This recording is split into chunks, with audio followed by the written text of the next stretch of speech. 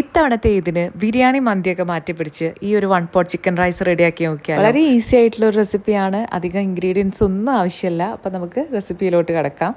ഇഞ്ചി വെളുത്തുള്ളി പേസ്റ്റ്, മുളക് പൊടി, മഞ്ഞൾപ്പൊടി, കുറച്ച് ഗരം മസാലപ്പൊടി, കുറച്ച് തൈര്, പുളിയില്ലാത്ത തൈരാണ് എടുത്തിട്ടുള്ളത്, പിന്നെ ഉപ്പ്, ഒരു 4 ടേബിൾ സ്പൂണോളം സോയാ സോസ്.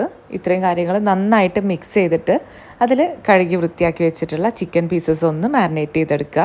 ഇതൊരു 10-20 മിനിറ്റ് ഒന്ന് റെസ്റ്റ് ചെയ്യാൻ വേണ്ടിയിട്ട് വെക്കാം.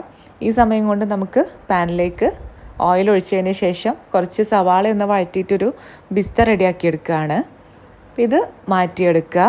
എന്നിട്ട് ഈ ഒരു ഓയിലിൽ തന്നെ നമുക്ക് ചിക്കൻ ഒന്ന് ഷാലോ ഫ്രൈ ചെയ്തെടുക്കാം. ഒരു 75% ചിക്കൻ വെന്ത് കഴിഞ്ഞാൽ അത് എണ്ണയിൽ നിന്ന് കോരി മാറ്റിയിട്ട് സെയിം ഓയിലിൽ തന്നെ നമുക്ക് സവാള ഒന്ന് വഴറ്റിയെടുക്കണം. ഇതിലേക്ക് കുറച്ച് ഇഞ്ചി ഗ്രേറ്റ് ചെയ്തിട്ടും ചേർത്ത് കൊടുക്കുക. 1 മണിക്കൂറോളം സോക്ക് ചെയ്ത് കഴുകിയെടുത്തിട്ടുള്ള ബസ്മതി റൈസ് ഇതിലേക്ക് ഇട്ടതിന് ശേഷം ഒന്ന് റോസ്റ്റ് ചെയ്തെടുക്കുക ഒരു 5 മിനിറ്റോളം.